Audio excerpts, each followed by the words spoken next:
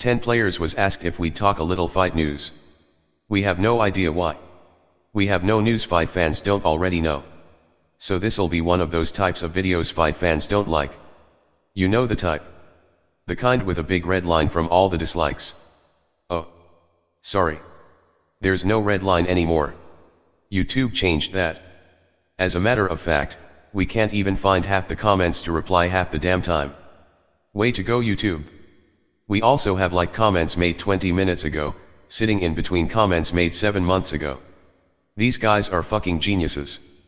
And everyone's sharing our videos. Hey YouTube. Making a comment doesn't mean you're sharing. It means you made a fucking comment. But to get off that shit to talk some fight news. First we're starting with David Haye.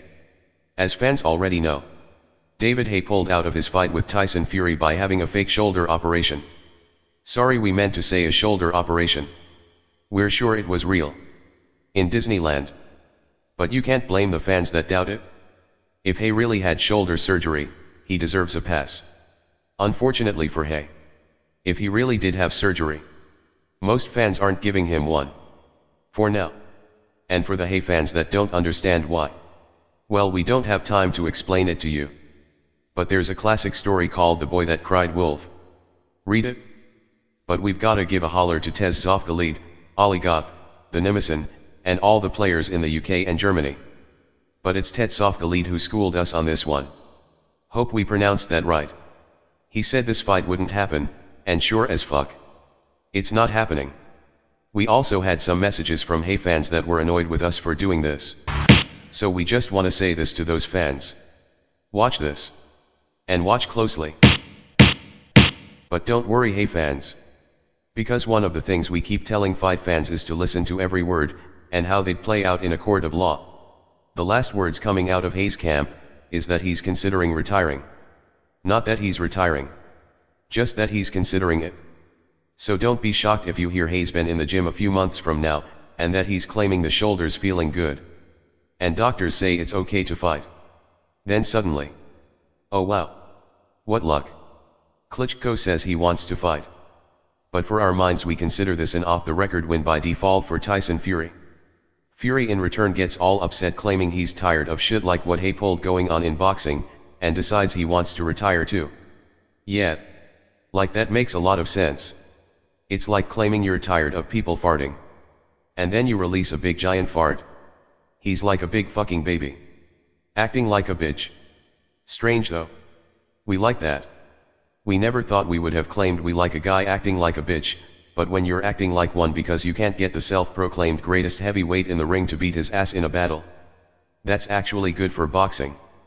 After claiming he was retiring, Tyson Fury came out of retirement 10 minutes later, and started negotiations for a fight with this guy. It seems Tyson only needed a diaper change. He was so upset about Haye pulling out, that he made a little boo-boo in his Pampers. But that all changed when they gave him a new baby rattle. We like his rattle too. Because Wilder needed a serious step up. I mean, let's get real. Sure, Wilder had 30 wins, all by KO. But watching him fight was starting to be like a repetitive joke. I mean, would you really be impressed with Rambo if he was beating up a bunch of old ladies, then mowing them down with M16s? You go to visit Grandma, and she has a big black eye. Because Wilder punched her out in the ring. Then held his hands up yelling, "Yeah baby. I'm the best." But Wilder Fury is a fight we're actually hyped for. So let's hope they get it done. Now we're gonna move on to other news. But first we wanna show Haye fans something. That's for making us waste our time. We actually did a prediction video for that one. For fucking nothing. So for Haye fans that don't like it, go fuck off. The other news is Froch Grooves. And an early stoppage. That shit's nothing new. It's been going on in boxing for ages. But it got real popular the last couple of years. You only saw it once in a while in the past. Fights like Chop Chop Koto. We personally thought the stoppage was a load of bullshit. But hey. Koto was an up and coming undefeated star at the time. Future dollars. So stop it. In case Chop gets up and lands a lethal blow in the next couple of rounds. So any excuse to stop it was in play, as though Chop Chop's face looked like it was about to fall off. The motherfucker looked fine to us. But apparently the ref saw Chop Chop's eyes rolling all up in his head and a gallon of blood spewing out of his mouth. In fucking fantasy land. One fighter's face is swollen like a mushroom and they let the shit continue, another doesn't have a scratch and they stop it. You used to be able to predict a fight based solely on what the fighters would do in the ring. Not anymore. We think we'll stop predicting fights, and only predict what judges and refs will do. So hopefully there's a Froch Grooves rematch.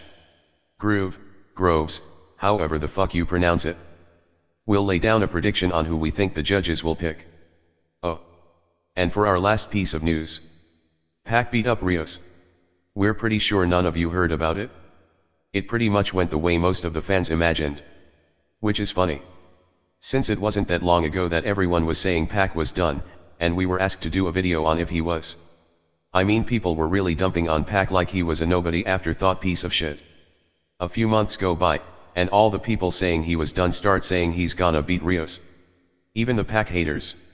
Saying stuff like, I want Rios to win. But Pac's gonna take this one. Rios is tailor-made for him. As though Rios was in his mother's womb. And her womb was saying, hey little baby.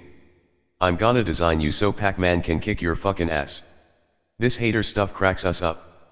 Sure, Rios was picked. And he was also claimed to be a top fighter, tough guy that loved being punched in the face. Who claims Pac was the fastest best fighter he ever faced. But you know. When 10 players says we don't take shit personal and call it like we see it. We mean it. Pac lost 2 fights in a row. In our minds, he lost one. But we respect those who felt he lost to Bradley. And we want to give a 10 players holler to DGD1 Ego. Who asked who we felt won the Paulie Broner fight. We know it's a late answer. But in our book, if Bradley beat Pac, then you could claim Paulie beat Broner. It was the same fucking fight. Pac was ahead in punches, power punches, and had the higher connect percentage. Not to mention the fact that he was the aggressor. And Bradley was the runner in that fight. Oh yeah. Bradley broke his ankles. He fought with broken ankles. That shit cracks us up. Some fighters always having a bad fight because he broke something. Like that's an excuse. Like he would have broke his hand or ankle sitting on the toilet to take a shit too. If you're fighting me, and I'm moving in a way that's causing you to break your hands, legs and ankles, I must be one bad foot movement motherfucker. Or my jaw is so incredible that you're breaking your fucking hand on that shit. Shouldn't I get the credit for it? I deserve the credit for that shit. Give my fucking jaw that broke your hand the credit. Or do you just start breaking bones looking up at the sky? Or rubbing your girl's butt? Your doctor asks how you broke your ankles and hand. And you're like, I was rubbing my girl's tits. You need some serious fucking help. We're just saying. According to that logic, I was going for the knockout, but I broke my hand. On what? The fucking air. But how many of you fans actually count every punch landed yourself? Fuck compu box. We just saw them count several punches Chavez landed on a guy's glove. But we counted over 37 more punches for Paulie than claimed. Of course they were sissy feather girly punches. And if they were fighting non-stop to the death, Broner would have eventually killed Paulie. Then walked away without a scratch. But it was virtually the same situation in our book. If you're gonna give Bradley the win for landing less and running, then you could claim Paulie won too. But personally, it looked like more of a draw to us than Pac Bradley. We respect the win. Because we definitely didn't see Broner lose. We just didn't see him win either. Oh. He threw less. But he threw the effective punches. No, but my guy threw more punches. Who the fuck cares at this point? It's a matter of opinion. And in ours, Pac only lost to Marquez from one big bomb. But keep in mind, when they asked Marquez about a rematch, his response was, I like the feeling of being the winner. For those that don't get it, it means he felt he might lose a rematch. I mean, what if they asked Ali about rematching Floyd Patterson, and he responded by saying, No. I like the feeling of being the winner. That would be some crazy shit. So it means, knocked out or not, Pac must be one hell of a fighter. Even more so if you can knock a motherfucker out cold, and still prefer not to have a rematch in the biggest money fight you can make. Because you think he might win. The big question now is, who does Pac fight next?